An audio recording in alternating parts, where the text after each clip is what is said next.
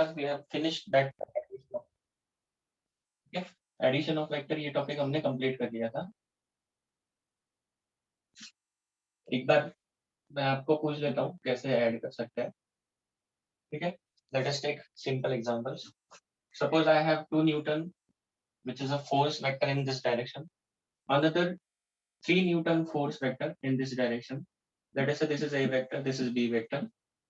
तो इनका रिजल्टेंट क्या हो जाएगा बच्चों? 5 Newton. 5 Newton. 5 Newton. And what will be the direction? Same direction as A and B. Same direction, है ना, क्योंकि A और B का डायरेक्शन इस तरफ है तो रिजल्टेंट का इसी तरफ होगा। So this is case number 1. Same direction में अगर वेक्टर्स है तो इस तरह से ऐड होंगे। केस नंबर 2, अगर मेरा एक वेक्टर ऐसा है 5 Newton, this is my A vector, my second vector is like this 2 Newton. So what is resultant vector? 3 Newton. 3 And in the direction of A. Yes, so it will be in the direction of A and it will be 5 minus 2 3 Newton. So opposite vectors है तो उनको subtract करना है, भले ही addition हो, vectors को क्या करना है, सब्ट्रैक्ट करना है। उसके बाद फोर्थ केस लेते हैं, ये थर्ड केस लेते हैं। If my vectors are like this, one vector is 3 Newton, another vector is like this 4 Newton. So what will be the resultant? एक 3 न्यूटन है, एक 4 न्यूटन है, एरो ध्यान में रखना, एरो कैसे है। What will be the resultant? और 5 Newton है। 5 न्यूटन कैसे ड्रॉ करना है, किस डायरेक्शन में, ऐसे, सही है क्या? Yes sir. ये कौन सा लॉ है? ट्रायंगल। ट्रायंगल लॉ, ठीक है। ट्रायंगल लॉ कैसे है, यहाँ से स्टार्ट किया, ये है इसका हेड, इसका टेल, तो हेड टू टेल अगर कनेक्टेड होगा तो ट्रायंगल लॉ लगाते हैं हम लोग। ऐसे केस में ये 5 कहाँ से आ गया, हमें पता है पाइथागोरियन ट्रिपलेट है, दिस एंगल इज 90 दिख रहा है, तो 3 4 का पाइथागोरियन ट्रिपलेट 5 होता है, तो हमने निकाल लिया। Otherwise there is a formula, formula क्या है ट्रायंगल लॉ के लिए, r equal to under root of p square plus 2 pq cos theta, theta is this angle, angle between two vectors. तो वैसे निकाल सकते हो, this is my p vector, this is my q vector, तो ऐसे करके निकाल सकते हैं r वेक्टर को, ठीक है। ये हमने सीखा था। उसके बाद एक और, suppose I have one vector like this 10 Newton, force का वेक्टर, फोर्स नहीं लेते, चलो डिस्प्लेसमेंट लेते हैं। 10 नहीं, इसमें नहीं ले सकते, इसमें ले सकते थे, ठीक है, चलो फोर्स ही लेते हैं। 10 न्यूटन फोर्स इस तरफ, दूसरा 10 न्यूटन फोर्स इस तरफ, एंगल है 60 डिग्री, तो इसका रिजल्टेंट कैसा आएगा, कैसा by आएगा? using parallelogram. पैरेललोग्राम लॉ से आएगा, तो इसका पैरेललोग्राम बना दो, and the resultant is the diagonal of the parallelogram, and what is length of the diagonal? 17.3. ये हमने किया था कल, ठीक है। So it is 300 under root 300. Root of 300, और वो आप कर सकते हो 17 पॉइंट समथिंग है। So this is resultant vector का magnitude, and what is that direction, 60 degree, 60 degree है तो ये एंगल बाइसेक्टर होना है ना, by geometry, so this will be 30। Formula भी है अपने पास, फॉर्मूला क्या है एंगल के लिए, if this is my p, this is q, then tan of alpha, this angle is alpha, so tan of alpha is q sin theta Q upon, sin theta upon P plus Q square। ठीक है, ये formula है। ये topic यहाँ पर खत्म। इसको छोड़कर और कोई पॉसिबिलिटी नहीं है जिसमें हम लोग एडिशन कर सके, है ना। तो और कोई भी वेक्टर किसी भी तरीके से होंगे तो इन्हीं मेथड से हो जाएगा, ठीक है। एक तो ये दोनों फॉर्मूल्स, या ये एक और ये था पॉलीगॉन लॉ ऑफ वेक्टर, इसी का ट्रायंगल लॉ का ही एक्सटेंशन है, तो इसलिए मैंने उसको अलग से बताया नहीं। पॉलीगॉन लॉ में क्या होता है, अगर हमारे पास ऐसे वेक्टर्स है, हेड टू टेल ज्वाइन किए, कितने भी वेक्टर्स हो सकते हैं, और ये कोई तो अजीब सा शेप का पॉलीगॉन भी हो सकता है, तो A vector plus B vector plus C vector plus D vector अगर हमें करना है, so that will be this vector, यहाँ से लेके यहाँ तक ज्वाइन कर दो, तो ये पॉलीगॉन लॉ हो गया, तो this will B resultant vector. Incomplete polygon होगा जिसको हमने ऐसे वेक्टर से डिनोट किया है, तो रिजल्टेंट विल बी दिस, ठीक है, remaining side of incomplete polygon. उसके बाद जाते हैं हम लोग आज के टॉपिक पे। ये हो गया सारा स्टोरी, इसमें ही खत्म हो गया। इससे ज्यादा तो कुछ एडिशन ऑफ वेक्टर आता नहीं है। ये वाला जो है वो इसी का केस है, तो इसको भी अलग से याद रखने की जरूरत नहीं है। ट्राइंगल पता है तो हो गया काम। ठीक है, अब जो नेक्स्ट टॉपिक है वो बहुत ही इंटरेस्टिंग टाइप का टॉपिक है, which is resolution of vectors. ठीक है, थोड़ा सा समझने में टफ हो सकता है, तो मैं इसको स्लोली समझाता हूँ, देखते हैं कितना आपको ध्यान में आता है।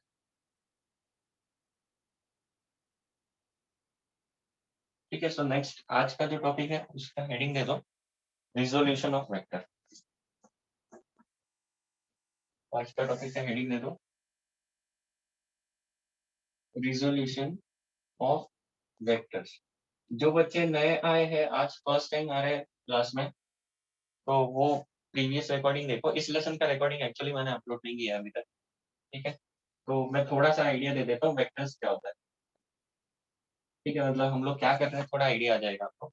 तो physical quantities that have magnitude and direction, ऐसी फिजिकल क्वांटिटी को हम लोग वेक्टर्स बोलते हैं। एग्जांपल है फोर्स। फोर्स कितना लगाया, लेट अस से 10 न्यूटन लगाया किसी ऑब्जेक्ट पे, लेकिन किस तरफ लगाया तो हमें डायरेक्शन दिखानी पड़ेगी। सो this makes it vector. Time की बात करेंगे तो टाइम, अगर हम बोलेंगे कि यहाँ से नासिक से पुणे जाने में 6 घंटे लगता है, तो 6 आवर्स मैंने बताया, दिस इज सफिशिएंट। किस डायरेक्शन में जाने पे 6 आवर्स लगेंगे ये बताने की जरूरत नहीं है। हमारा क्लास चलता है 1.5 आवर या फिर 1 आवर, ये अगर मैंने बताया तो दिस इज सफिशिएंट इन्फॉर्मेशन। यहाँ पर डायरेक्शन बताने की जरूरत नहीं है। मेरी हाइट है 175 सेंटीमीटर, ये बता दिया, सो this is sufficient information. Height कितनी है, 175 सेंटीमीटर। ईस्ट में है, नॉर्थ में है, साउथ में है, ऐसा हमें यहाँ नहीं बताना पड़ता। सो सच क्वांटिटीज आर स्केलर्स, जिसमें हमें डायरेक्शन बताना नहीं पड़ता है। और ऐसी क्वांटिटी जिसमें हमें डायरेक्शन भी बताना है, मैग्नीट्यूड भी बताना है। ये late us say this is towards north, तो हमें डायरेक्शन भी बताना है, मैग्नीट्यूड भी बताना है। ऐसी क्वांटिटी को हम लोग बोलते हैं वेक्टर्स। अभी का जो टॉपिक है वो उसमें हम लोग वेक्टर का डायरेक्शन को भी बताने वाला है, मैग्नीट्यूड को भी बताने वाला है, which is resolution of vector. ठीक है, कैसे करेंगे देखो। रिजोल्यूशन का मतलब क्या होता है वो भी समझेंगे हम लोग। देखो, हमने ये देखा था एडिशन में कि अगर मेरे वेक्टर्स सेम डायरेक्शन में होंगे, लेट अस से ये मेरा फर्स्ट वेक्टर, ये सेकंड वेक्टर एक ही डायरेक्शन में, एक के ऊपर एक है। ठीक है, तो इनको मैं बहुत इजीली ऐड कर सकता हूँ। Late us say this is 5 Newton, this is 2 Newton, तो मेरा आंसर 7 न्यूटन आ जाएगा सीधा सीधा। हमने सीधा सीधा इसको ऐड कर दिया। लेकिन वही अगर मेरा वेक्टर ऐसा है, एक वेक्टर ऐसा, एक वेक्टर ऐसा, late us say this is my P vector, this is my Q vector, तो ऐसे केस में हमें पैरेललोग्राम लॉ लगाना पड़ता है, कैलकुलेशन बढ़ता है। So there is a easy method to do this. अगर मैं इस वेक्टर को, जो ऐसा है, ठीक है, अगर मैं इस वेक्टर को दो अलग अलग वेक्टर्स में तोड़ दूं, let us say this q vector is divided into something qy and something like qx, तो इस वेक्टर का मैंने दो पार्ट कर दिए, ऐसे तोड़ दिया उसको। एक qx में तोड़ा, एक qy में तोड़ा, this is x axis, this is y axis, late us से। तो क्या हो जाएगा, इस qx को मैं इस p के साथ डायरेक्ट ऐड कर सकता हूँ। So this makes our calculation easy. तो इसलिए हम लोग जो टॉपिक पढ़ने वाले हैं रिजोल्यूशन ऑफ वेक्टर, उसका मतलब क्या है, किसी भी वेक्टर को आप एक्स एक्सिस और वाई एक्सिस के अलोंग छोटे छोटे वेक्टर्स में तोड़ सकते हो। ठीक है, and you can write that in addition form. कैसे करेंगे देखते हैं। ठीक है, तो let us take example. This is my vector, this is my x axis, this is my y axis. ठीक है, एक्स और वाई पे कोई वेक्टर नहीं है, this is the vector. Let us say this is vector, book में क्या नाम दिया वो नाम लेकर आर वेक्टर बोला है उन्होंने इसको। So let us call this vector as r vector, vector r, कोई भी वेक्टर हो सकता है ये।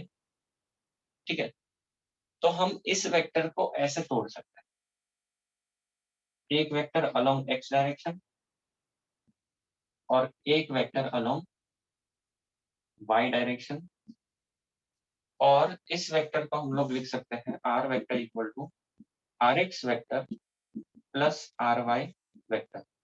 फायदा क्या होता है वो आपको बाद में समझ में आएगा, जब हम इसका यूज करके हम लोग जब क्वेश्चन सॉल्व करेंगे, तो आपके क्वेश्चंस बहुत आसानी से सॉल्व हो जाएंगे if you use this method resolution of vector, और इसलिए हम लोग उसको पढ़ते हैं। ठीक है, so it will make your calculations easy, ठीक है, तो इसलिए हम इसको पढ़ेंगे। अब लॉजिक से सोचो, लॉजिक से सोचो, इसको रिवर्स डायरेक्शन में सोचो।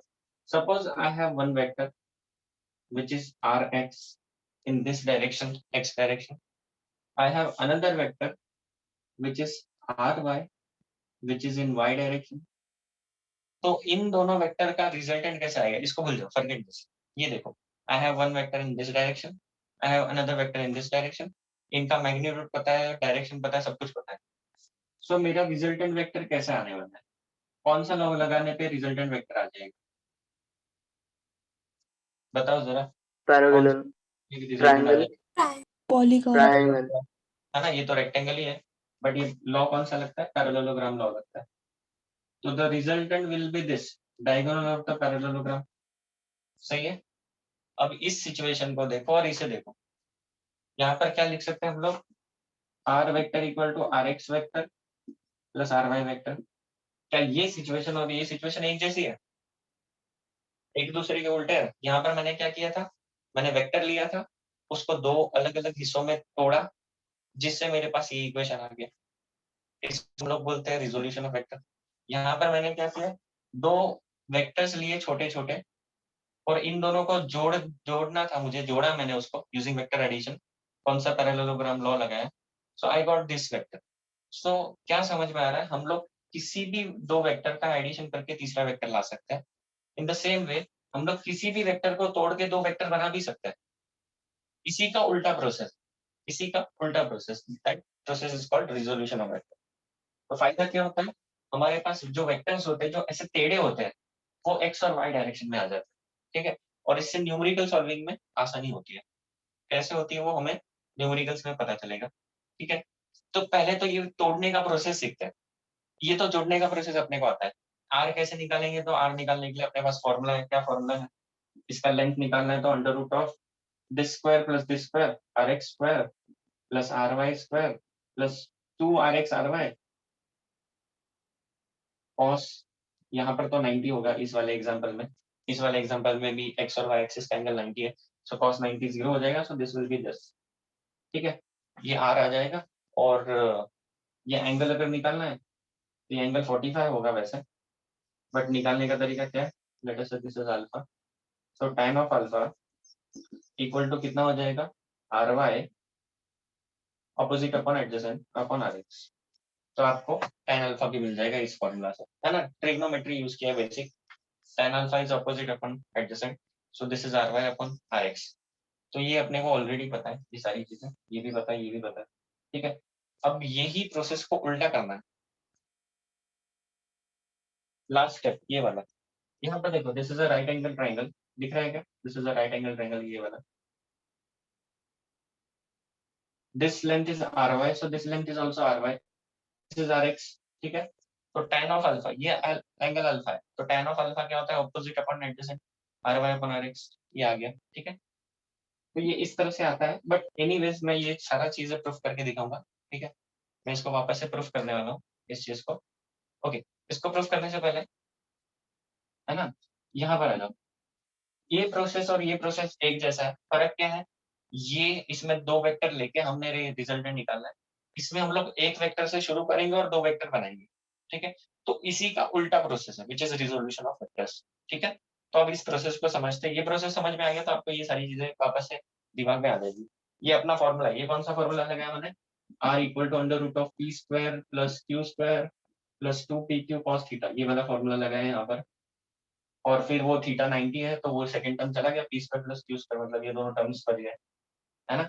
और ये tan अल्फा तो यहाँ ट्रायंगल में ही दिख रहा है अपने को, ट्रायंगल में ही देख लो, opposite upon adjacent is tan alpha, तो वहां से आ गया R Y upon are x.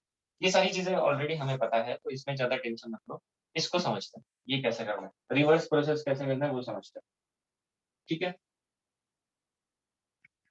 तो किसी भी वेक्टर को एक्स पार्ट में या फिर एक्स डायरेक्शन में एक छोटा वेक्टर लेंगे उसका, वाई डायरेक्शन में इस वेक्टर का छोटा सा हिस्सा लेंगे, ये जो प्रोसेस है this is called resolution of vector, और इसको हम लोग बोलते हैं this vector which is part of r vector in x direction, this is called x component of vector r, इस आर वेक्टर का ये एक्स कंपोनेंट है, इसको हम लोग बोलेंगे एक्स कंपोनेंट, नाम है इसका, क्या नाम है, एक्स वाला हिस्सा, क्योंकि ये मेरा वेक्टर था, उसको मुझे इस वेक्टर को क्या करना है, मुझे इसको आर एक्स वेक्टर और आर वाई वेक्टर के एडिशन में लिखना है। तो मतलब ये वाला हिस्सा क्या होगा, एक्स डायरेक्शन में होगा, ये वाला इस वेक्टर का हिस्सा है ना, क्योंकि इन दोनों को जोड़ने से ये आ रहा है। तो this is x part of the vector, this is y part of the vector. X part को हम लोग बोलेंगे x component of vector r, इसको बोलेंगे वाई, आर वाई को बोलेंगे हम लोग y component of vector r. ठीक है, ये कुछ बेसिक चीजें ध्यान में रखो, नाम याद रखो ये सारे। ठीक है, अब इसको मैथमेटिकली करते हैं। यहाँ तक जो चीजें दिख रही है इसको लिखना है तो लिख लो।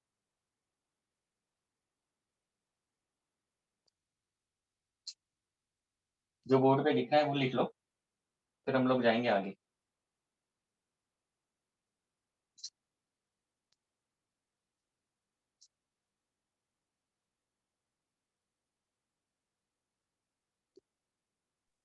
Done sir.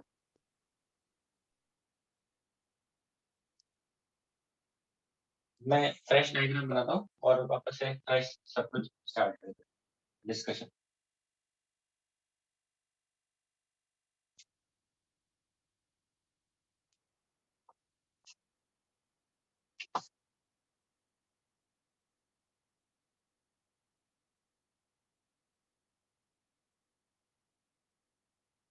ये एक्स एक्सिस है, ये वाई एक्सिस है। ठीक है, सिर्फ एक्सिस है, अभी तक वेक्टर नहीं बनाया हमने।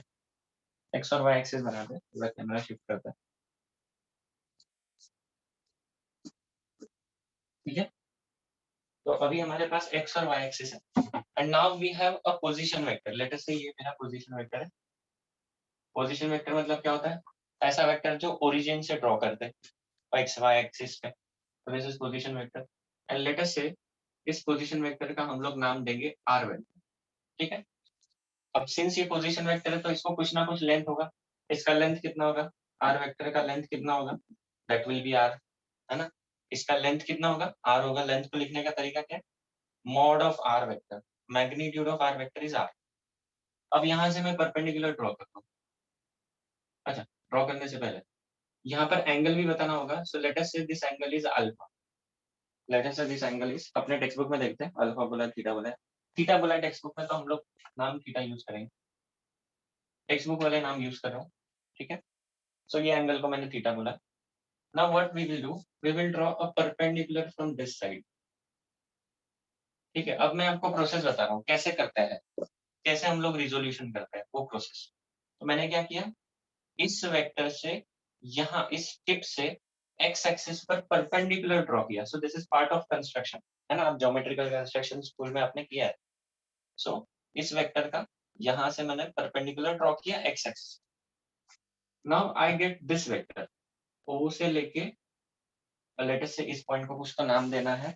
Late us call this point as A and let us say we have this as a vector. इसको हम लोग वेक्टर की तरह ट्रीट करते हैं, इसको ओ ए को। And let us say this vector has a name R x vector. ठीक है, तो अब मुझे ये आर एक्स वेक्टर का मैग्नीट्यूड चाहिए। So I want this R x, ये मुझे अगर फाइंड करना है, व्हाट आई कैन डू, मुझे बेसिक ट्रिग्नोमेट्री आता है। इस ट्राइंगल के अंदर, इन ट्राइंगल, ट्राइंगल का नाम देखो क्या है, ओ, इसको भी नाम देना पड़ेगा, C, this point is C. So O C A, right angle triangle दिख रहा है सभी को, O C A, is it a right angle triangle, yes और नो। Yes, sir. ठीक है, Yes तो sir. what we can do, we can write sin theta and cos theta. So let us first write cos theta. cos theta कितना आ रहा है बताओ इस triangle के अंदर, cos theta क्या, upon OC. It is O A upon OC. O C. ठीक है, ओ ए मतलब ये लेंथ, ओ ए का मतलब है ये length, and this length O A is length of vector r x. सही है, इसको मैंने आर एक्स वेक्टर बोला है, उसका लेंथ, और किसी भी वेक्टर का लेंथ होता है वही आर एक्स ही लिखते हैं हम लोग। O C is length of vector are, और लेंथ ऑफ वेक्टर आर कितना है, आर ही है, इसको हमने आर बोला, इसको हमने आर एक्स बोला। सो दिस विल बी, ओ ए को लिख देंगे आर एक्स, ओ सी को लिख देंगे आर। तो मेरा आर एक्स कितना आ जाएगा, देखो बच्चों, आर एक्स विल बी, ये कॉस थीटा था इधर, r times cos theta, this is my equation 1। मुझे इस आर एक्स का लेंथ मिल गया। डायरेक्शन क्या है, डायरेक्शन तो मेरे को पता है, डायरेक्शन इज एक्स एक्सिस, तो मुझे आर एक्स वेक्टर पूरा मिल चुका है। डायरेक्शन उसका एक्स एक्सिस है, उसका लेंथ आर कॉस थीटा है। तो मैं इस आर एक्स वेक्टर को कैसे लिख सकता हूँ, आर एक्स वेक्टर को लिख सकता हूँ आर कॉस थीटा, ये हो गया मैग्नीट्यूड, और एक्स डायरेक्शन है, तो एक्स डायरेक्शन को हम लोग कैसे दिखाते हैं, थोड़ा याद करो। अगर मेरा कोई भी वेक्टर एक्स डायरेक्शन में होगा, तो एक्स डायरेक्शन में मेरा यूनिट वेक्टर होता है आई कैप, याद करो, एक्स डायरेक्शन में यूनिट वेक्टर कितना होता है, आई कैप। तो मैं किसी भी वेक्टर को, अगर वो एक्स डायरेक्शन में है, तो उसको मैं लिख सकता हूँ magnitude of that vector into I cap. ठीक है, ये तरीका है लिखने का। कोई भी वेक्टर मेरा एक्स डायरेक्शन में होगा, तो उसका मैग्नीट्यूड जो भी है multiplied by I cap. I cap is unit vector in X direction, I cap is unit vector in X direction. Unit vector मतलब क्या, ऐसा वेक्टर जिसका मैग्नीट्यूड, जिसकी लेंथ 1 हो, जिसकी लेंथ 1 हो, ऐसा वेक्टर, उसको यूनिट वेक्टर बोलते हैं। I cap is unit vector in X direction. तो ये हो गया मेरा आर, आर एक्स वेक्टर हो गया। अब सेम सर लॉजिक लोग क्या सोचेंगे, हाँ बोलो। सर अगर मैं ऐसे पूछ रहा हूँ कि आई कैप लगाने से न्यूमेरिकल में कैसा फायदा होगा? हाँ, वो तो न्यूमेरिकल सॉल्व करेंगे तभी समझेगा, मैं न्यूमेरिकल कराऊंगा ना। अभी पहले प्रोसेस समझ लो, प्रोसेस समझ में आ गया, हम लोग इसमें से फॉर्मूला बनाएंगे, फॉर्मूला याद रखोगे, फिर न्यूमेरिकल करेंगे, न्यूमेरिकल करोगे तब समझ में आएगा कि अच्छा इससे ये फायदा होता है। ठीक है, फायदा ये हो जाएगा कि आपके जो पैरेललोग्राम लॉ की फॉर्मूला है ना, उसके बिना भी क्वेश्चन सॉल्व हो जाएंगे। ठीक है, और वो कैसे होंगे, वो एक्चुअली एग्जाम्पल जब सॉल्व करेंगे तभी समझ में आएगा, अभी नहीं समझ में आएगा। ठीक है, पहले ये प्रोसेस तो पूरा समझ लो क्या है प्रोसेस। तो ये हो गया हमारा आर एक्स। सिमिलरली मैंने एक और वेक्टर बनाना है, लेट अस से इसी वेक्टर का वाई डायरेक्शन में कंपोनेंट लेंगे हम लोग। ये हमने रेक्टेंगल बनाया, अभी हमने रेक्टेंगल कंप्लीट कर लिया। So this is my r y vector, और अब मुझे आर वाई वेक्टर ढूंढना है, सेम प्रोसेस से ढूंढेंगे हम। ठीक है, तो ये वेक्टर, और अगर मैं यहाँ पर वेक्टर सोचूं, ये वेक्टर, क्या दोनों का लेंथ बराबर है, देख लो तो। अगर ये रेक्टेंगल है, क्योंकि मैंने यहाँ से यस सर। परपेंडिकुलर कंस्ट्रक्शन किया था, यहाँ से इधर परपेंडिकुलर बनाओ, यहाँ से इधर बनाओ, दिस पॉइंट इज बी, तो सी से बी पे परपेंडिकुलर बना दो वाई एक्सिस पे। So is this length O B is same as length A C, yes sir. Yes, OB sir. length same as Yes. AC, and that length is equal to magnitude of RY vector, है ना। So that is RY, इस length को हम लोग RY बोल सकते हैं, या नहीं बोल सकते, क्योंकि ये लेंथ RY है, तो ये भी लेंथ RY, इट्स रेक्टेंगल। तो हम लोग वापस से वही ट्रायंगल में आ जाएंगे, OCA ट्रायंगल में, इन ट्रायंगल OCA। अब हमने cos थीटा हो कर लिया था, तो sin थीटा लेंगे। sin थीटा इस ट्रायंगल में बताना कौन सा आएगा, क्या आएगा। sin theta will be opposite side upon hypotenuse, so that will be AC upon AC upon OC। OC. OC. AC upon OC, simple है। sin थीटा लगा है, opposite upon hypotenuse, so AC upon OC। अब इसमें values डालते हैं। AC जो था उसका लेंथ यहाँ पर लिखा हुआ है मैंने, AC का लेंथ है RY, क्योंकि ये दोनों बराबर है, सेम डायरेक्शन में वेक्टर्स है, तो मैं इसको इक्वल वेक्टर भी ले सकता था।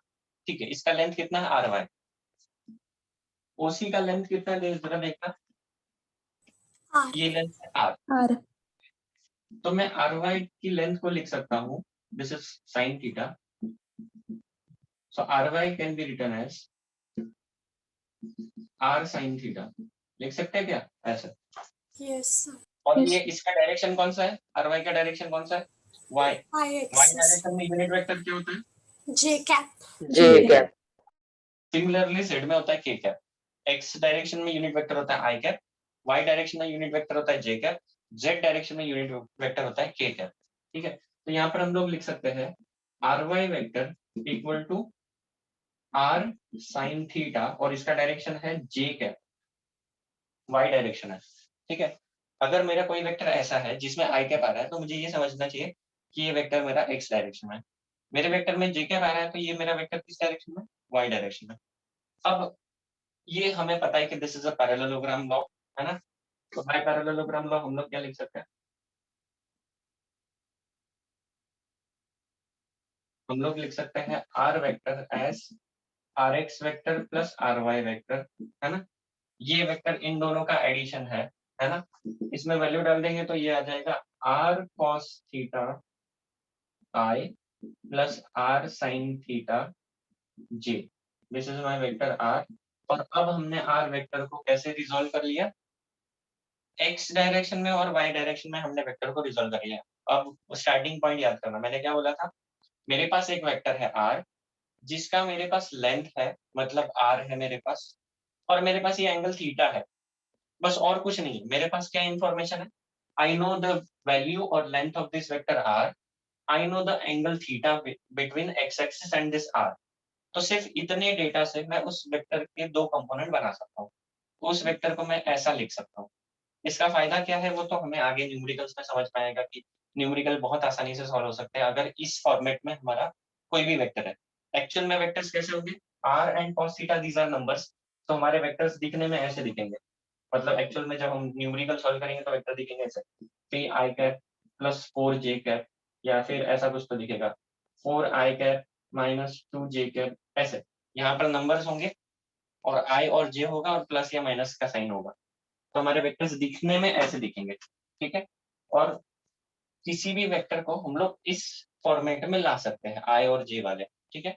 जनरली इससे पहले मैंने वेक्टर्स को कैसे फॉर्मेट में लिखा था, it is a vector having 10 Newton and its direction is north, या फिर my velocity vector is 2 meter per second in the direction of west of north, ठीक है। ऐसे हम लोग लिखते थे, वेस्ट ऑफ नॉर्थ या ईस्ट ऑफ नॉर्थ। तो हम लोग डायरेक्शन बताते थे ओरली, ठीक है। दूसरा हम लोग मैग्नीट्यूड ओरली बताते थे। यहाँ पर हम लोग क्या करेंगे, हम लोग डायरेक्ट वेक्टर को ऐसे लिखेंगे आई और जे में, तो उससे हमें समझ में आ जाएगा कि ये वेक्टर इस डायरेक्शन में है, ठीक है। तो ये लिख लो पूरा मैथमेटिक्स, और इसमें हम लोग न्यूमेरिकल्स करेंगे। अच्छा, यहाँ पर एक और वर्कआउट करने वाली चीज है, ठीक है।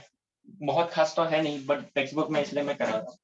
इस आर वेक्टर का अगर मुझे मैग्नीट्यूड निकालना है, तो मैग्नीट्यूड कैसे निकलेगा, इसका मैग्नीट्यूड निकालना है विच इज आर, ठीक है। अब हम लोग पिछला फॉर्मूला नहीं लगाएंगे, हम लोग इसी से निकालेंगे। तो कैसे निकाल सकते हैं, तो यहाँ पर देखना, इसका मैग्नीट्यूड निकालना है। सो यहाँ ट्राइंगल में दिख रहा है मुझे, it's a right angle triangle, so I can write, ये मुझे निकालना है magnitude. So in right angle triangle, triangle का नाम है OAC, OCA, यही ट्राइंगल। हम लोग पाइथागोरस थ्योरम लगा सकते हैं। आर स्क्वायर इक्वल टू क्या लिख सकते हैं, this length is r, this is r x, this is r y, तो क्या लिख सकते हैं, r square equal to r x square plus r y square, सही है। आर स्क्वायर इक्वल टू क्या लिख सकते हैं, r x square plus r y square. अच्छा ठीक है, मैं टेक्स्ट बुक वाली मेथड करता हूँ, पाइथागोरस में ही लगाते हैं। We will use textbook method, छोड़ दो। इस स्टेप से हो सकता है लेकिन टेक्स्ट बुक में है नहीं, फिर आप बोलोगे सर ने क्या पढ़ा दिया है। ठीक है, यहाँ आ जाओ, this is equation 1, this is equation 2, square squaring equation 1 and equation 2, ठीक है। मैं टेक्स्ट बुक वाला मेथड ले रहा हूँ, मेरा मेथड मैंने हटा दिया। तो इस इक्वेशन को स्क्वायर करना है, इस इक्वेशन को स्क्वायर करना है और दोनों को ऐड करना है। So let us square this, इसका स्क्वायर हो जाएगा आर एक्स स्क्वायर, इसका स्क्वायर हो जाएगा आर वाई स्क्वायर, और दोनों को क्या करना है, squaring equation 1 and 2 and adding, इनको स्क्वायर करके ऐड करना है, ठीक है। तो इसका स्क्वायर प्लस इसका स्क्वायर, तो मैंने आर एक्स स्क्वायर लिखा, आर वाई स्क्वायर लिखा, दोनों को ऐड किया मतलब प्लस कर दिया। जैसे लेफ्ट साइड किया वैसे ही राइट साइड करेंगे, तो राइट साइड में क्या है, r square cos square theta plus इधर क्या है, r square sine square theta, और दोनों में देखो क्या कॉमन दिख रहा है, आर स्क्वायर कॉमन दिख रहा है। Sign square theta plus cos square theta कितना होता है बच्चों, 1. 1 होता है, तो वो वाली टर्म 1 हो जाएगी। आर स्क्वायर कॉमन, ब्रैकेट में आएगा sine square plus cos square which is 1। सो ये आ गया मेरा इक्वेशन इसको मैं थोड़ा रीअरेंज कर देता हूँ। r equal to under root of r x square plus r y square. देखो तो जरा, r इक्वल टू क्या आ जाएगा, अंडर रूट ऑफ, किसी को स्क्वायर रूट ले लिया। अब ये इतना टाइम पास किया आपने आपके टेक्स्ट बुक में, मैं थोड़ा सिंपल बता देता हूँ। मेरा टेक्निक देखो क्या था। इन लोगों ने इतना टाइम पास करके क्या इक्वेशन लाया है, under root of r x square plus r y square. मेरा टेक्निक देखना, ये राइट एंगल ट्राइंगल है, पाइथागोरस लगाएंगे, this length is r, this is r x, this is r y. तो मैं ऐसे डायरेक्ट लिख सकता था, r square equal to r x square plus r y square. ये डायरेक्ट लिख सकते थे पाइथागोरस से, हाँ या नहीं? Yes sir, Yes, sir. Yes Yes, sir, sir. ये क्यों कराया, टेक्स्ट बुक में है, टेक्स्ट बुक में है इसलिए कराया। अदरवाइज होगा क्या कि आप जब टेक्स्ट बुक, अरे सर ये कहाँ से है, ये नहीं समझा, इसलिए मैंने ये कराया। ये अननेसेसरी स्टेप है, बुक में दिया इसलिए कराया। डायरेक्ट हम लोग पाइथागोरस भी आता है अपने को, ये कर सकते थे डायरेक्टली। अच्छा, इस स्टेप का इंपॉर्टेंस क्या है, ये जो हमारे पास इक्वेशन है, this equation is important, equation number 3, this is important. तो इसको 3 देते हैं, इसको 4 देते हैं, this is 3, this is equation 4। जिनको मैंने नंबर दिया है, दीज आर इंपॉर्टेंट इक्वेशंस, तो इनको ऐसे बॉक्स बना देते हैं, ठीक है। ये भी इंपॉर्टेंट है उसके नीचे वाला, जिनको मैंने बॉक्स किया, दीज आर इंपॉर्टेंट इक्वेशंस, ये आपको याद रखना है। तो ये इक्वेशन खास क्या है, this equation will give you magnitude of this vector r in terms of rx and ry। तो इस वेक्टर का मैग्नीट्यूड इस वेक्टर का और इस वेक्टर के मैग्नीट्यूड में रिलेशन है। तो फायदा क्या होता है वो आपको बाद में समझेगा। तो अगर मेरे पास कोई वेक्टर ऐसा दिया है कंपोनेंट फॉर्म में, आई जे के फॉर्म, ये आई जे फॉर्म है, मतलब इसको हम लोग बोलते हैं component form, rectangular component form. तो कोई वेक्टर मेरे पास ऐसा दिया है, ठीक है, एग्जाम्पल याद करो 4i + 3j, ऐसे वाले एग्जाम्पल जो दिए, तो इसका मैग्नीट्यूड कैसा आएगा। सो ये x कंपोनेंट है, आई कैप के आगे वाला x कंपोनेंट है, उसका स्क्वायर करो, j कैप के आगे वाला y कंपोनेंट है, उसका स्क्वायर करो और पूरे का स्क्वायर रूट ले लो, that will give you magnitude of the vector. तो आपको डायरेक्टली इस फॉर्मूला से मैग्नीट्यूड मिल जाएगा। इसका एग्जांपल कराता हूँ, मतलब ये आपको समझ में आएगा कि इसका यूज कैसे करना है, ठीक है। तो आई गेस ये टॉपिक यहाँ पर इतना ही है। पर हाँ, अगर आपको ये दिया है और आपको पूछ लिया कि उस वेक्टर का डायरेक्शन बताओ, ठीक है, हमें वेक्टर नहीं दिया, हमें वेक्टर इस फॉर्म में दे दिया, ठीक है। Let us take example. अगर मेरे पास वेक्टर ऐसा दिया है, are vector is 3i + 4j, और आपको पूछ लिया कि what is magnitude of vector r, तो मैग्नीट्यूड कैसे निकालेंगे। तो ये फॉर्मूला है अपने पास, r equal to under root of r x square, मतलब ये i का जो कंपोनेंट है, i का जो कोएफिशिएंट है, ये मेरा आर एक्स है, इसका square plus r y square, मतलब ये 4 का square. So this will be my resultant. So this is under root of 9 plus 16, 5 will be the है ना, कितना आ रहा है 5. 5. है ना। ओके, ये हो गया इस फॉर्मूले का यूज। अगर आपको ये दिया है तो आप इस फॉर्मूला से आर निकाल सकते हो, थीटा भी निकाल सकते हैं, थीटा भी निकाल सकते हैं। ये वाला एंगल कैसे निकालेंगे, तो इक्वेशन 1 और इक्वेशन 2 को डिवाइड कर दो, ठीक है। अब मैं ये एग्जांपल इरेज कर रहा हूँ, हम लोग ऐसे बहुत सारे एग्जांपल करने वाले हैं। सो अगर आपको एंगल भी निकालना है, किस एंगल पे होगा, so equation 1 divide by equation 2, 1 और 2 को डिवाइड करेंगे, तो 1 है r, 2 को 1 से करते हैं, इक्वेशन 2 डिवाइड बाय इक्वेशन 1, ऐसा करते हैं। तो ये मेरा इक्वेशन 2 है ry, इक्वेशन 1 है rx, तो ry upon rx will be r sin theta upon r cos theta. क्या किया मैंने, इसके अपॉन में ये लिख दिया, डिवाइड किया दोनों को। तो क्या समझ में आ रहा है, देखो साइन थीटा और कॉस थीटा, आर और आर कट हो जाएगा, साइन अपॉन कॉस हो जाएगा tan theta equal to R Y upon are x.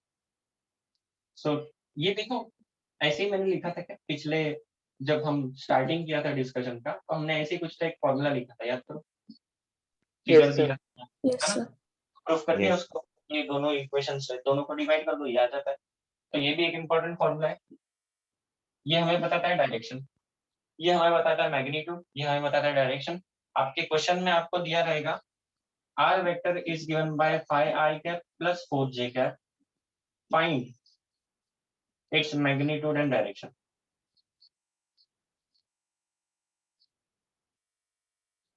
मतलब आपको क्या करना है, आपको मैग्नीट्यूड मतलब r निकालना है, डायरेक्शन मतलब tan थीटा निकालना है। दोनों निकाल लिया, आपका काम हो गया। ठीक है, तो ये इस तरह से आपको करना है। ये हमेशा डायरेक्शन एक्स एक्सिस के साथ होगा with respect to x axis. ठीक है, ऐसे बहुत सारे क्वेश्चंस करेंगे हम लोग लेटर ऑन, तो क्वेश्चन का टेंशन मत लो, कैसा क्वेश्चन आएगा ये समझने के लिए मैंने ये एग्जांपल दिया। ठीक है, ऐसे क्वेश्चन आते हैं। अब जो भी दिख रहा है बोर्ड पे लिख लो। जिन जिन इक्वेशंस में मैंने बॉक्स किया है, मतलब ये इंपॉर्टेंट है, ये आपको लर्न होने चाहिए डायरेक्टली।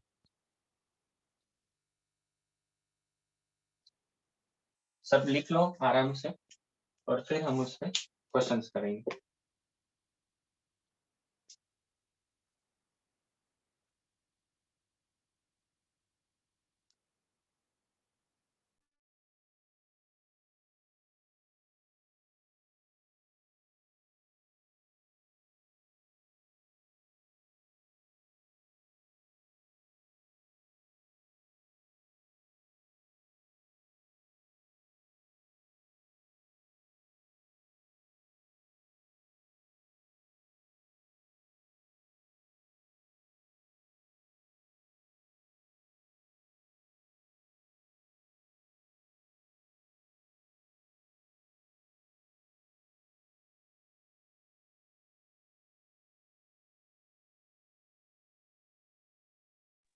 सर सर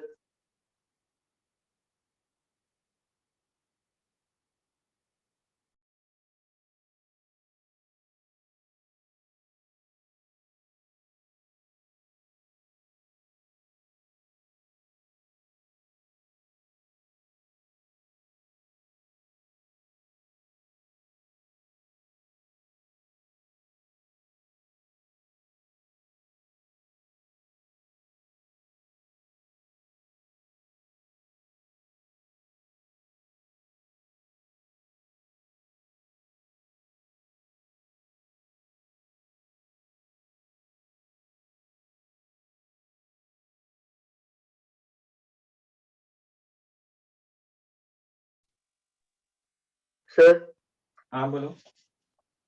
सर अभी आपने वो एक vector r vector is equal to 5i plus 4j बताया ना आपने, हाँ, तो उसके बारे में और क्या बताया था आपने? वो थोड़ा आवाज कट हो गया था। Find its magnitude and direction, वो करेंगे ना, वो एग्जांपल करेंगे। ऐसे बहुत सारे एग्जांपल है, वी विल डू दैट। ये जो मेथड है ये लिख लो पूरा मेथड। ठीक है, रिजोल्यूशन कैसे होता है, कौन से फॉर्मूले इंपॉर्टेंट है वो लिख लो बस। इसका यूज करना सीखेंगे, अभी बहुत सारे एग्जांपल अपने को सॉल्व करना है इसमें।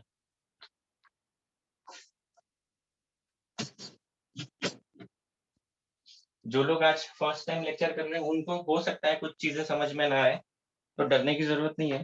प्रीवियस लेक्चर में रिकॉर्डेड है, उसको अपलोड कर दूंगा एक आध दिन के अंदर। ठीक है, you can go through those lectures, तब आपको ये अच्छे से समझ में आएगा सारी चीजें।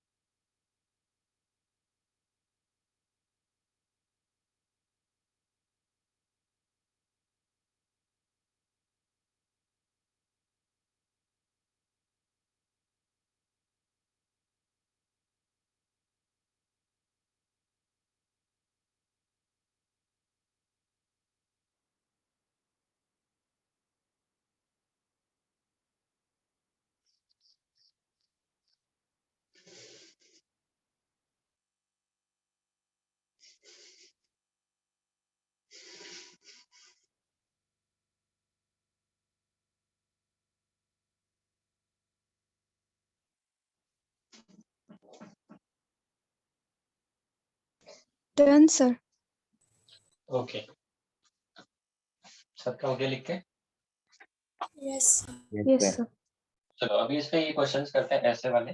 पहले यही वाला करके दिखाता हूँ कि अगर आपको वेक्टर दे दिया है तो उसमें से मैग्नीट्यूड और डायरेक्शन ये कैसे निकालेंगे। और दूसरा, अगर आपको वेक्टर दिया है उसका डायरेक्शन दिया है तो उसके एक्स और वाई कंपोनेंट कैसे निकालें।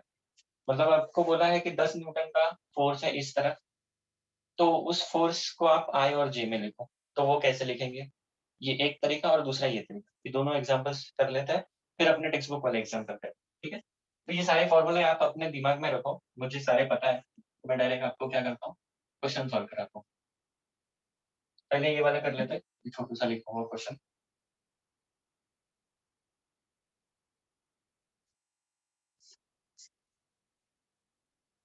इस तरह का। तो क्या क्वेश्चन है देखना अपना, कहा गया। हाँ, vector r is given by 5i cap plus 4j cap, this is given, ये क्वेश्चन में दिया है। ठीक है, find the magnitude and direction with respect to x-axis of the vector। आपको वेक्टर का मैग्नीट्यूड निकालना है, डायरेक्शन निकालना है। डायरेक्शन मतलब हमें क्या निकालना है बच्चों, हमें वो एंगल थीटा निकालना है, और वो एंगल थीटा हमेशा एक्स एक्सिस के साथ होता है। एक्स एक्सिस के साथ वो एंगल थीटा होता है। ठीक है,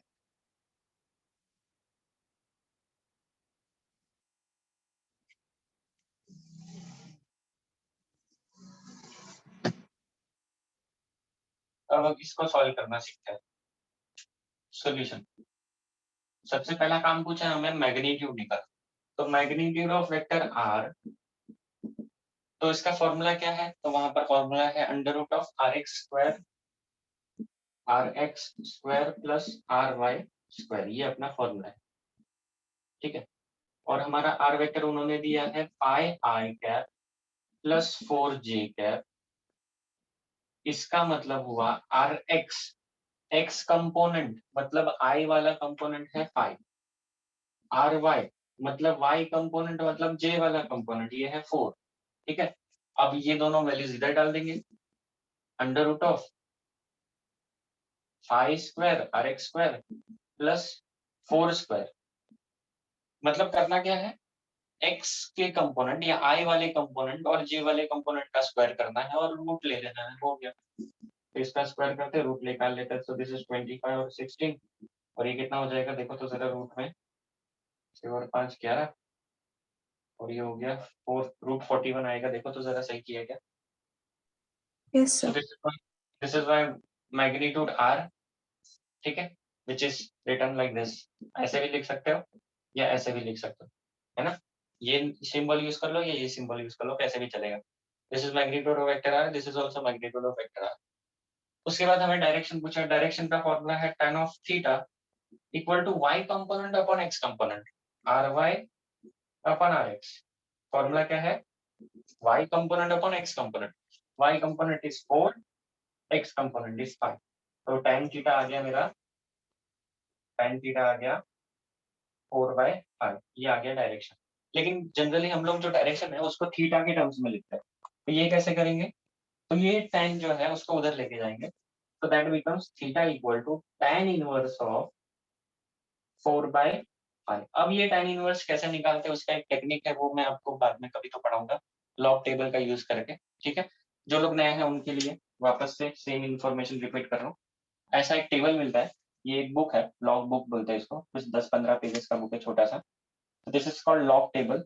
ये आपको ले लेना है, क्यों लेना है, तो ऐसी जो स्टेप आती है फिजिक्स में जहां पर हमें ऐसा कैलकुलेशन करना है, तो इसको हम लोग डायरेक्ट नहीं कर सकते। दो तरीके हैं, एक तो कैलकुलेटर से कर सकते हैं या फिर इस टेबल से कर सकते हैं। ठीक है, हमको बोर्ड ने कैलकुलेटर अलाउ नहीं किया है, तो we have to use this. ठीक है, इसके अलावा और कोई मेथड अपने को अलाउड नहीं है बोर्ड की तरफ से, so we will be using log table. उसके लिए एक अलग से सेशन होगा नेक्स्ट या नेक्स्ट वीक में, कभी तो होगा, संडे के दिन रखने वाला हूँ मैं। ठीक है, तब ये सारी चीजें पढ़ाई जाएगी आपको, how to use that log table. तो उससे पहले आप लोगों के पास लॉग टेबल होना चाहिए सबके पास। ठीक है, तो लॉग टेबल लेके रखना इसी हफ्ते भर में, so it will be useful. Okay, उसका यूज कैसे करना है वो मैं सिखाऊंगा आपको। तो ये हो गया अपना क्वेश्चन सॉल्व, मैग्नीट्यूड निकाल लिया, डायरेक्शन निकाल लिया, इसके आगे का एक स्टेप है वो मैं नहीं करा रहा हूँ, तो दिस इज द आंसर। ठीक है,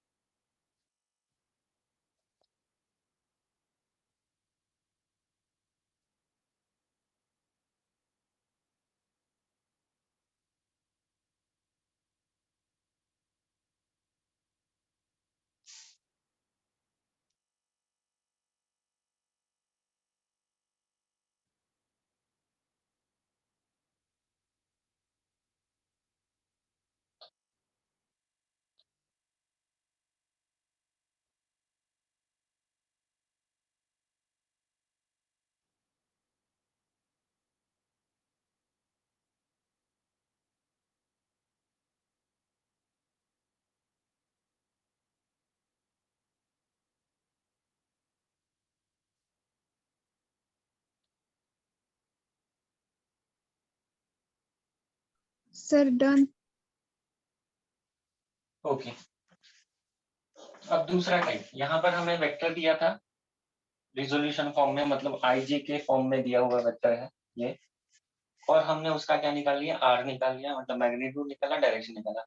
उल्टा पूछ सकते हैं, आपको मैग्नीट्यूड दिया रहेगा वेक्टर का कि इतना वैल्यू का वेक्टर है और इस डायरेक्शन में है, तो उसको आईजे के फॉर्म में लिखो, ये उसका रिवर्स, इसी प्रोसेस का रिवर्स करता है। इसका एग्जाम्पल करते हैं,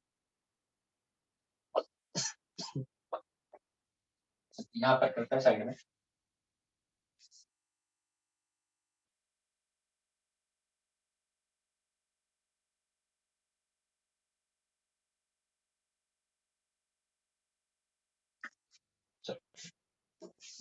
इसमें क्वेश्चन आएगा, कैसा देखो,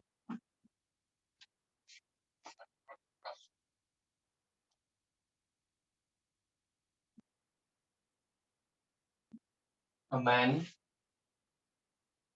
walks in uh,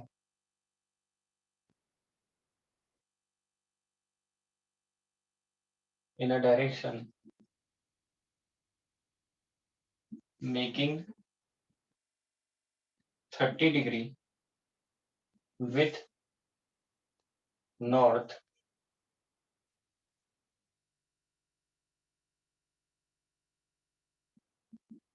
towards east, ये डायरेक्शन हो गया। a man walks 5 मीटर, 5 नहीं लेते, 10 लेते हैं, 5, ठीक है, चल 5 metre in a direction making 30° with north towards east, write the displacement vector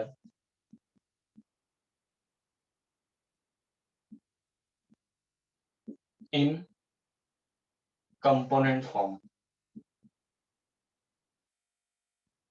component form मतलब आई जे के फॉर्मेट में इसको लिखना है। ठीक है, यहाँ पर एक और हिंट दे रहे हैं, take north as y axis,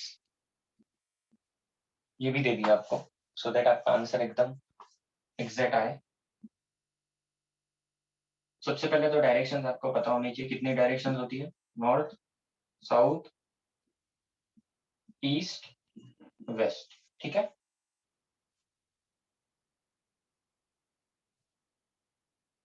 अब हमें बोला है कि एक आदमी है, he walks 5 metre in the direction making 30 degree to the north. तो ये नॉर्थ है, इससे 30 डिग्री पे इस डायरेक्शन में बंदा 5 मीटर चला। तो ये अपने पास गिवन डेटा है, हमारे पास ये एंगल 30 डिग्री है, ये लेंथ है, मतलब हमारे पास थीटा दिया है, हमारे पास आर दिया हुआ है, हमें वो r i cap, r x i cap plus r y j cap format में लिखना है उसको, ठीक है। तो ये अपना क्वेश्चन है। तो सबसे पहले क्या करेंगे, हम लोग एक्स और वाई एक्सिस बनाएंगे, ठीक है। Let us draw y axis, ठीक है, वाई एक्सिस बना लेते हैं पहले, and let us draw x axis also, ठीक है। हमारा जो बंदा है वो किस तरफ जा रहा है, वो 30 डिग्री टुवर्ड्स ये वाई एक्सिस पे हमें लोड लेना है north, so this is north, so obviously x axis पे होगा हमारा ईस्ट, और जो बंदा है वो 30 degree with north towards east, north से ईस्ट की तरफ 30 डिग्री जा रहा है, मतलब इस तरफ जा रहा है वो with 30 degree angle here, and कितना दूर जा रहा है, 5 metre, so this length is 5 metre, ठीक है। अब हमें कंपोनेंट्स निकालने हैं इसके, this is my r vector, तो मैग्नीट्यूड ऑफ आर वेक्टर कितना है बताओ, what is magnitude of r vector, इसका लेंथ कितना है बताओ, 5 मीटर। 5 मीटर। है ना, मैग्नीट्यूड ऑफ आर वेक्टर। और थीटा जो है, याद करना हम लोग थीटा किस एक्सिस के साथ निकालते हैं, एक्स एक्सिस के साथ। इन लोगों ने क्या किया है क्वेश्चन में, वाई एक्सिस के साथ दिया है। तो अब क्या करना चाहिए, मुझे तो ये एंगल चाहिए, दिस एंगल इज थीटा, कितना होगा बताओ, 90 minus 30, 60. 60 डिग्री, ऑब्वियस था, लॉजिकल था, ये 90 है, ये 30 है, तो ये 60 होगा, है ना। ठीक है, तो हमारे पास आर भी है, थीटा भी है, हमें इसको कैसे लिखना है, हमें इसको लिखना है ऐसे, ये आर एक्स होगा, ये होगा आर वाई, और आसान तरीका क्या है, हमारे पास फॉर्मूला है, हम लोग डायरेक्ट यूज करेंगे। So R vector is R cos theta I cap plus are sine theta J cap. देखो तो ऐसा फॉर्मूला मैंने आपको दिया था क्या, Yes, sir. वैल्यूज रखते हैं, आर का वैल्यू है 5 cos 60 आई कैप प्लस 5 sin 60 जे कैप, ये कितना हो जाएगा देखो, cos 60 is 1/2 1/2 और cos 30 कितना होता है, √3/2 sin sin 60 30 √3/2 sin 60 कितना होता है, 60 चाहिए अपने को, √3/2 सर 3/2 √3/2 तो इसको 5√3/2 लिख देंगे, ये हो गया अपना आंसर। क्या आंसर आ गया, 5/2 आई कैप प्लस 5√3/2 जे कैप। तो हमने उस वेक्टर को कंपोनेंट फॉर्म में लिख लिया। पूरा प्रोसेस समझ में आया कि रिजोल्यूशन कैसे काम करता है,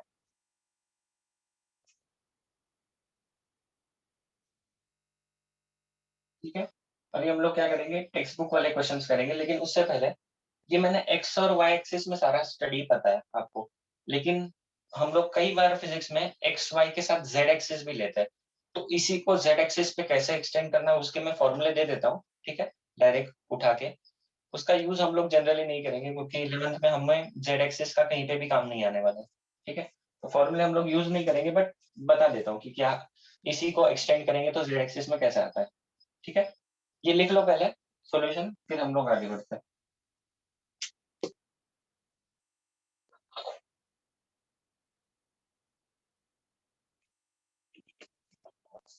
अच्छा, अपना टाइम हो गया है तो रुक जाएंगे इस एग्जाम्पल पे ही, ठीक है। नेक्स्ट क्लास में हम लोग करेंगे बाकी चीजें। एग्जाम्पल देखो 2.4 और 2.5, आपका टेक्स्ट बुक का पेज नंबर है 21, वो इस टॉपिक पर बेस्ड एग्जाम्पल है, आप घर पे ट्राई कर सकते हो, नेक्स्ट क्लास में हम लोग उसको डिस्कस करेंगे, ठीक है। 2.4 2.5 पेज नंबर 21।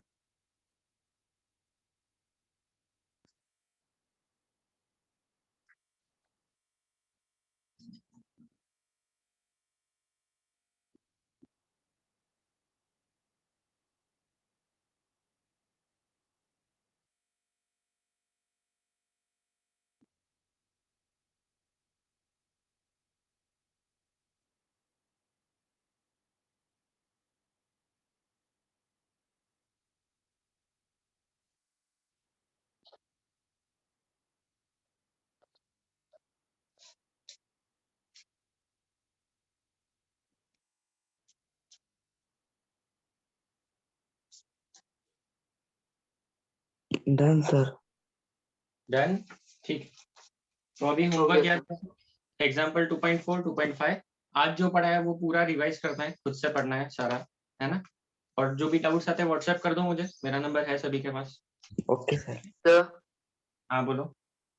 सर मैंने आपको एक इमेज भेजी है, वो एक बार बता दो ना कि वो करेक्ट हुआ है कि नहीं।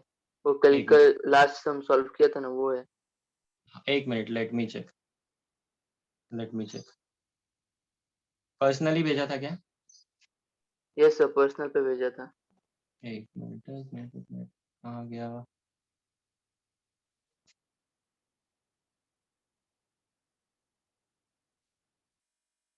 अभी हाय भेजो तो मुझे मिल नहीं रहा है।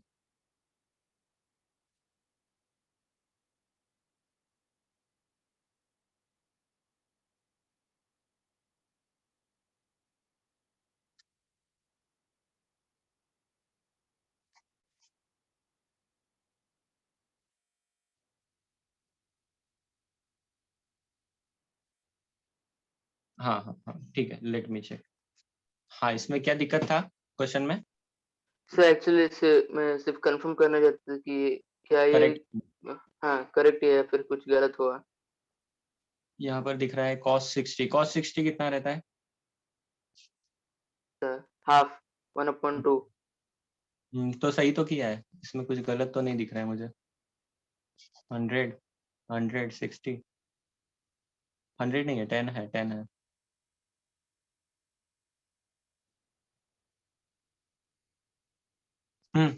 सही है। Okay sir. सही है। ओके